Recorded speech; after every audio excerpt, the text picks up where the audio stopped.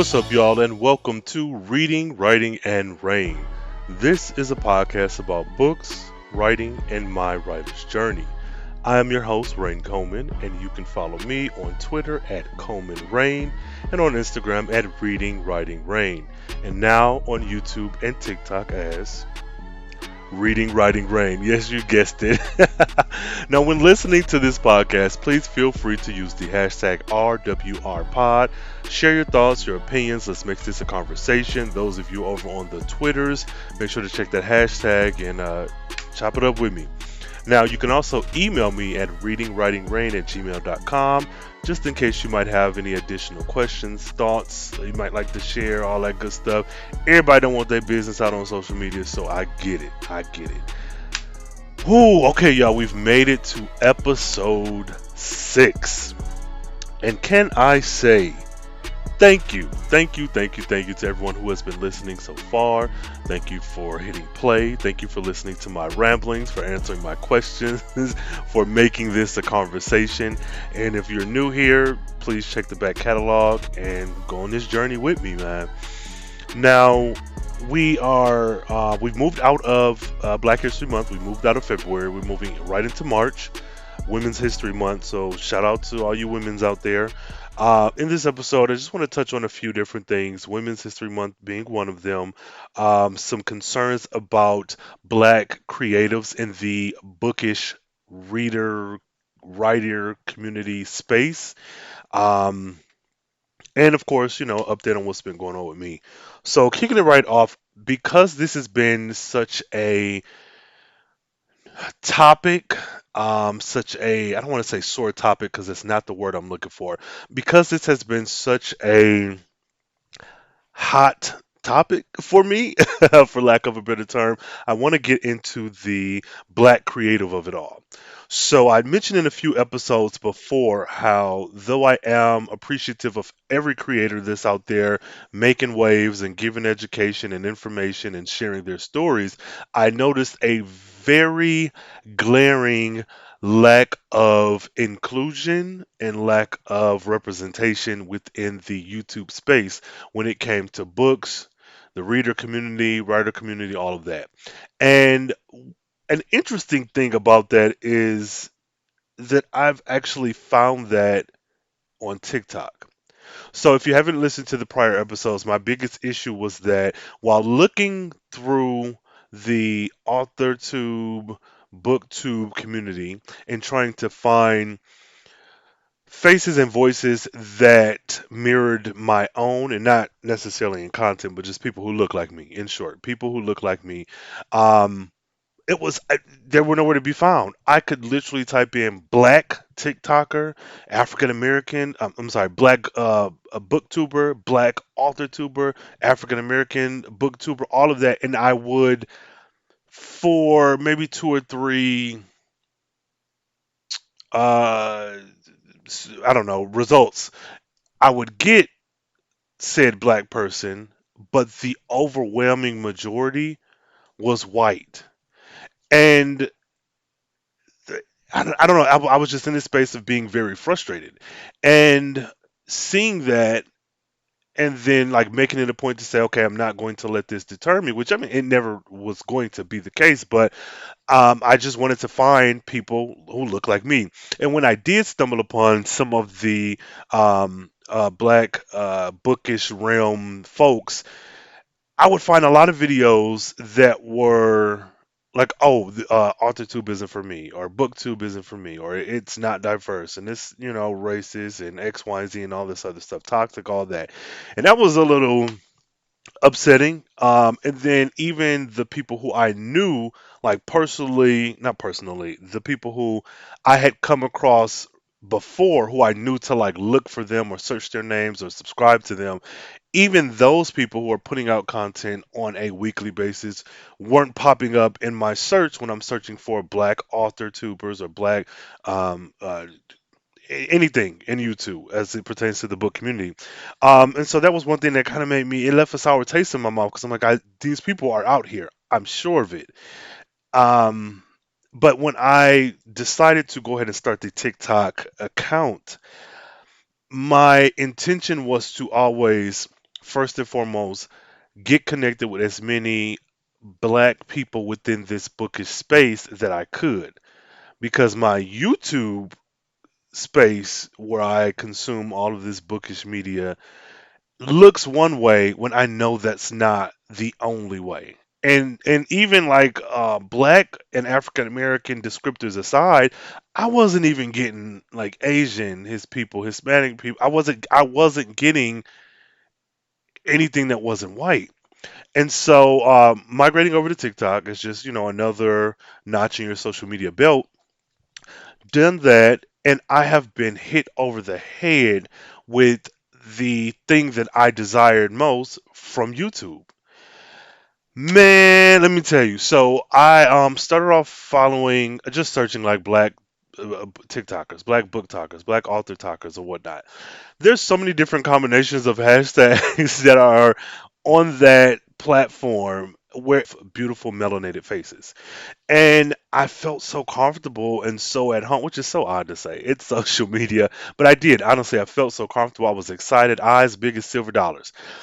I I'm still learning what the heck I'm doing over there. Like I understand the concept of uploading a video, making it short, quick, snappy, getting your point across and moving on.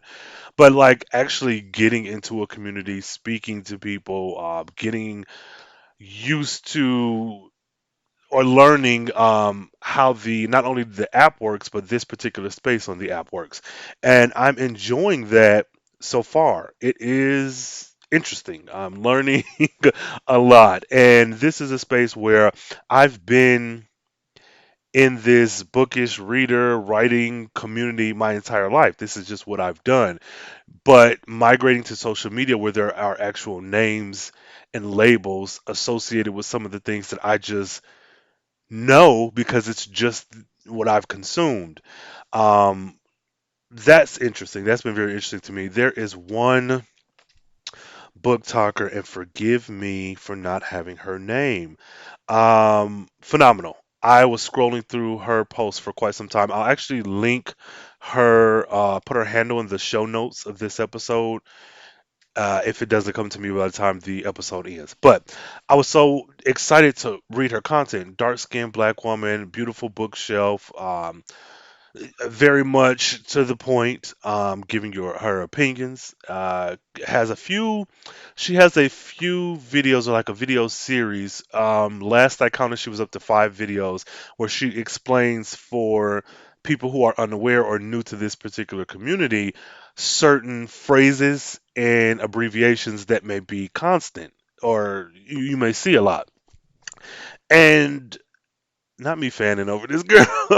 No, but I was excited because I'm like, okay, a lot of this I know, and a lot of this is like context clues. You see people say this enough, you can pretty much get what's going on. However, I love that she broke it down as plainly as possible, went through these videos really quickly. If you need to rewatch, you can rewatch. If you need to save it, you can save it. If you need to write things down, write these down. But it was such a refreshing space to be in where I'm like a kid in a candy store. I'm just clicking through. If I see any video with a black face and a book in the frame, I'm like hitting follow, follow, follow. So I have to stop doing that because I want to kind of curate a list that is exclusively things I like to see and people who I would like to learn from. And there are so many series that I have discovered just from being on this TikTok space for this short amount of time.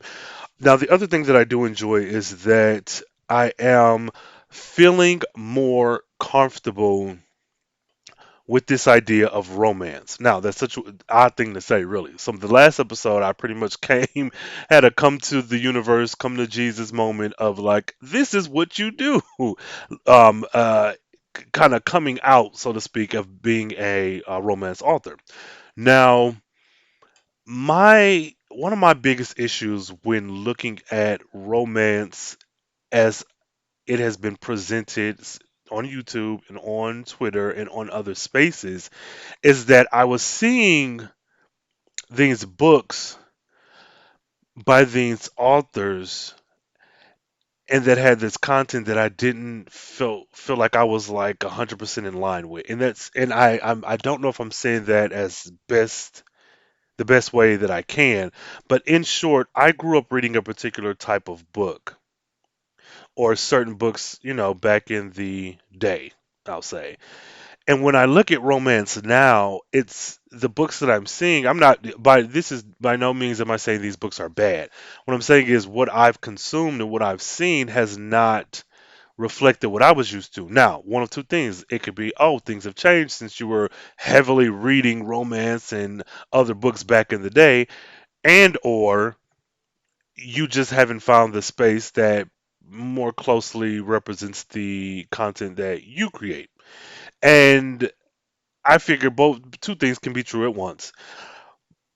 But when I made it to the black author and reading bookish community on TikTok space, all of that stuff was blown away. So the books, and I mentioned them in the last episode, three authors who come to mind immediately when I consider the type of works that, the type of contemporary romance and books that I myself am in the process of writing is Elin Harris, Eric Jerome Dickey, and Zane. Now that's just three right off the top of my head who I feel like if we all wrote a story, they would all be similar, close to the same universe, if not the same. And the books that I've been seeing being recommended and discussed in these other platforms like YouTube and Twitter and whatnot have not had the same content or I'll say feeling, mood, vibe. Those are pretty generic terms, but I think it gets the point across. And it was very refreshing to see. Like, there's one young lady in particular, and I'll have to put her name in the show notes as well. She's a black woman who writes romance, and she posts, like a lot of authors, like a snippet of certain parts of her book, and I'm like, oh, this is it. Romance is not just, guy meets girl, it's holiday time, they go to a holiday party, and it's not. And I don't even think I'm explaining this well enough, but she seeing her seeing her books and then going down that rabbit hole of finding so many other authors who were similar in the sense that it was very much black unapologetically. Even the authors I've seen who are black and writing interracial romance, it's like, I don't know. I don't know. I'm hoping I'm getting this point across. But long story short, I found this space that I am enjoying. I'm happy to learn it. I'm happy to make these connections with people.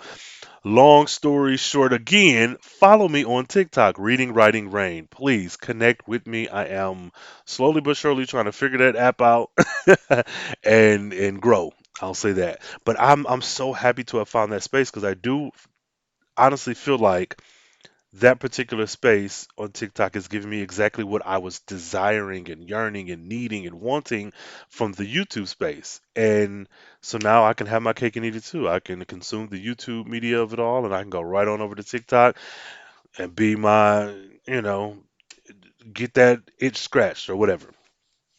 Um, Another thing I want to kind of discuss now that since I've mentioned Elin Harris, is my currently reading from last episode, and I'm reading Basketball Jones.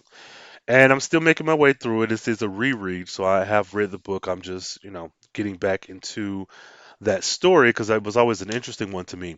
Now, I am not one who keeps up on the or with the uh goings ons of the book Twitter space, and that's not me being negative or um what I'm getting at is that there have been these like big events that have gone on over the last just couple months of like things happening, certain authors saying things, riling up folks, everybody having this conversation or kind of big discussion about this person wrong, this person right, blah blah whatever. And because I'm still honest, of all this is, I'm new to this community proper. I'm not aware of a lot, but one thing that has been constantly brought up since I've been paying closer attention to this space is m- books with romance where the leads are men, and how certain people are getting paid off of writing these particular stories, but they do not have that lived in experience, i.e., a lot of white women. And with me being like that information coupled with these new books, these new romance books that I am like just kind of finally getting into or reading and learning about, taking recommendations, well, like those two things collectively was kind of had me thinking like, okay, if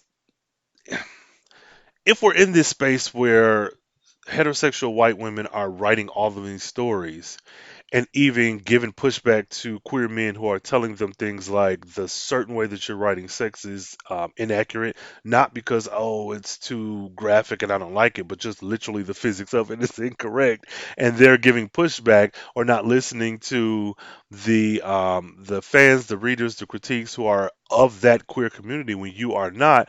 I think that's kind of odd. But even more importantly, what's shocking to me is that growing up reading a B-Boy Blues or a Just As I Am or like any number of queer books, I'm thinking, how are, if this is the case, but everyone's saying it is, how are white women dominating in this particular leg of authored or booked them or whatnot when there I grew up reading so much stuff from smut, what they call it, to the spice rom and to just regular romance without all the sex. Like I read so much. I mean, albeit I read a lot. Some was heterosexual, some were sapphic, some were male loving male, all of that. But what I'm saying is, where is the disconnect? Where did like where is the bridge that from me being a adolescent reading these books to shifting to an adult, and then now this particular genre is just dominated by heterosexual white women. That's weird to me. And it's there was a Twitter user who made the comment that it's one thing to have a character in a story who is not like you. It's a whole nother thing to exclusively write from or about an experience that you know nothing about. And I say, that's absolutely right because I could definitely add a, let's say, an Alaskan transgendered soccer coach into a book, and that can be a character. And I'm sure I could do it justice. But if every single book that I put out is about a transgendered Alaskan soccer coach, it's like you've released 20 books in the last year, and all of them are about this one particular type of person with a life experience that you have no you that not to say you can't write from experiences different of your own, but when that's exclusively all you write, it's like, what is this? Who is this for? What is the reason for this? So I get that.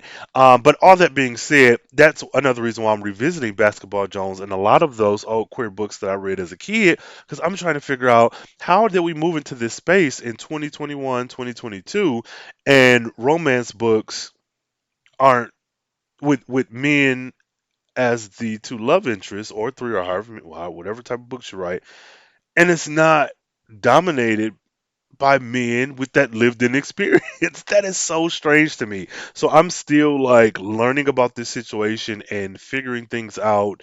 Um and I don't really care about like the key players who are like, oh, doing this and doing that. I'm just really for myself trying to figure that out. So listeners, let me know if you are of a certain age or you just consume a lot of books and you understand where I'm coming from, where I am extremely shocked that we are having this disconnect when I I'm trying to tell you, all of Elin Harris' books have been owned by me every time one has come out. That's just been the case. Um, so yeah, that's very interesting to me, and I'm looking forward to learning a bit more about that. And then okay, a quick update. So writing, I love it. I love to do it.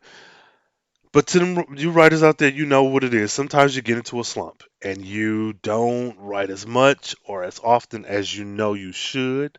I try not to be too hard on myself, but I'm also trying to hold myself accountable. I've mentioned that in previous episodes.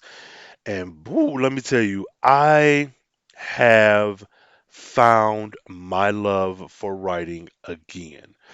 So I'm working on a book slash series, and I have one installment complete.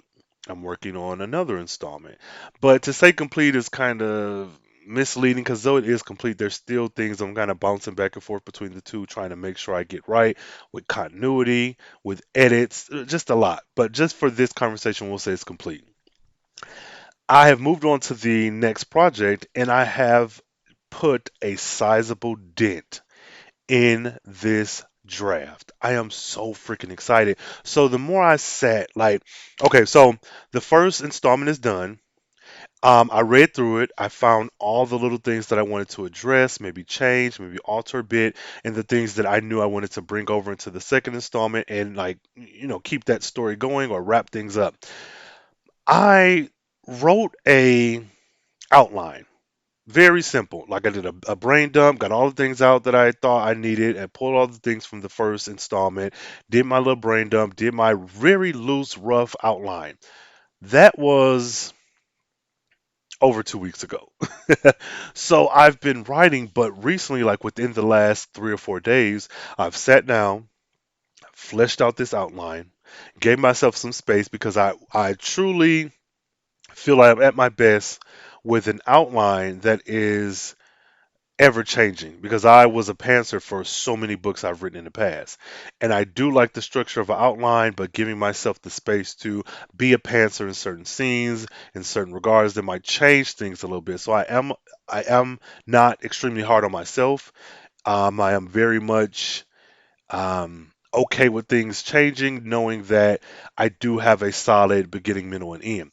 So that being said, I logged in just yesterday, 1,160 words, which may or may not sound like a lot to you, depending on where you are, your habits and whatnot. But that was like a lot. And this was, I was doing a writing sprint. Found some lady on YouTube. Jeez, and I do not remember her name. I look. If I remember her name, I'll put that in the show notes as well. But I just randomly logged on and she was like, "Yeah, we're going to do a writing sprint in about 10 minutes." So I just set up the computer and started typing away. But prior to that, I want to say I am at 5,000 plus for this second manuscript. And I'm loving it. Like, I am truly falling back in love with writing again. Now, one thing about me is when I write, I really, one of two things could happen. I get hung up on pushing through the draft because not necessarily I want it to be perfect, but I may write a sentence and I have 400 things going on in my head where I'm like, okay, I'm getting here, I'm getting there, this is the bridge. And so I may delete some things, write it back. I may delete a sentence 5 or 6 times and then write it back. I know that. I know this about myself. Then there is the me that's like, just get these words out. It's going to be crap. Get these words out to have something on the page because you can always edit what's there. You can't edit a blank page.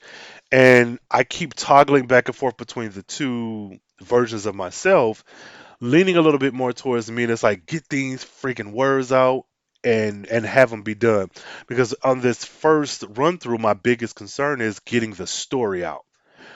I wrote two paragraphs at the top of the last chapter that I wrote that are dreadful. I know good and dang well they need to be deleted.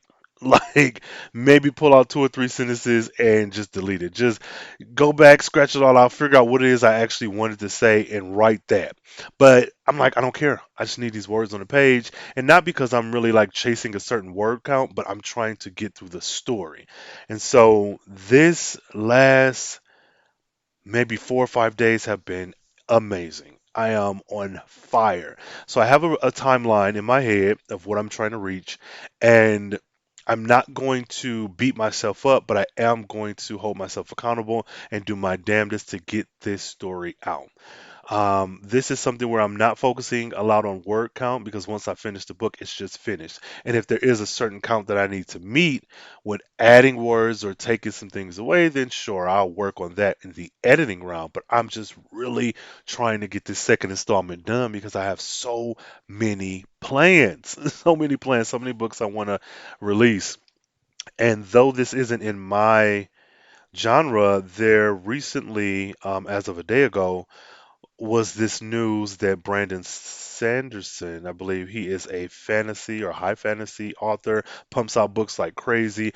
I learned about him on YouTube maybe like a year or two ago, and I didn't know that he was as big of a deal as he is. Um, he has a lot of videos. He has a huge presence on YouTube. But long story short, he made an announcement that he has 4 or 5 books already done and he's releasing them. Is it this year? And then he started a Kickstarter for and, the details escape me. I'm sorry, guys, but it's I'm still learning all of this. But I bring him up to say that not even watching his videos, but watching other people who are discussing him, the one thing that it remains consistent from everybody, whether they like him, they hate him, or what, is that he is the person who pumps out books like no other. And not that I'm trying to emulate him, but I am very much interested in how he does it and doing that myself. There's a few other people who I like look at and I'm like, okay, this is cool. I like this. I like what you're doing. Keep up the good work. You're helping to motivate me. So there's that. So let me know. Let me know what's going on with you guys. What's going on with you guys? Is there anything? Is this the Brandon Sanderson? Does that news affect you? Like, what are your thoughts on it? As someone who is not 100% familiar with him, is that something that is that a author you think I should like pick up and read through some books? If so, what are some of your recommendations? Um, and then as it pertains to TikTokers, do that. What TikTokers are you watching on a daily, or which book talkers or author talkers or whatnot. And lastly, my hope for myself, if you've made it this far in the episode, is that you'd go on over to that good old TikTok app and follow me, and let's be friends, guys. Yeah, hit me up on there and give me some recommendations because I love the black romance of it all. I love any black book because I'm the type, if I'm going through Audible, if I'm going through an Amazon, a Barnes and Noble, if there's a black person on the cover, I'm gonna pick it up. And 9 times out of 10, I'm going to purchase it. So, so let me know what books you recommend, what content creators you may be recommending as well. And as far as what I'm reading, I'm still currently reading Basketball Jones and The Perfect Play. I'm slowly making my way through them. I'm not moving as fast as I would have hoped, and that's mainly because I'm focusing on my own writing a little bit more. Um, so yeah, that's that. This has been episode 6, y'all. Thank you all for following me. Thank you all who are listening. Thank you all for engaging in conversation with me. I sincerely appreciate it, and I look forward to seeing you guys over on that TikTok app. I look forward to releasing this content, getting that feedback and conversation with you all. So yeah. So go out there, read something, write something, and come back and share with me. Rhayne. All right, y'all.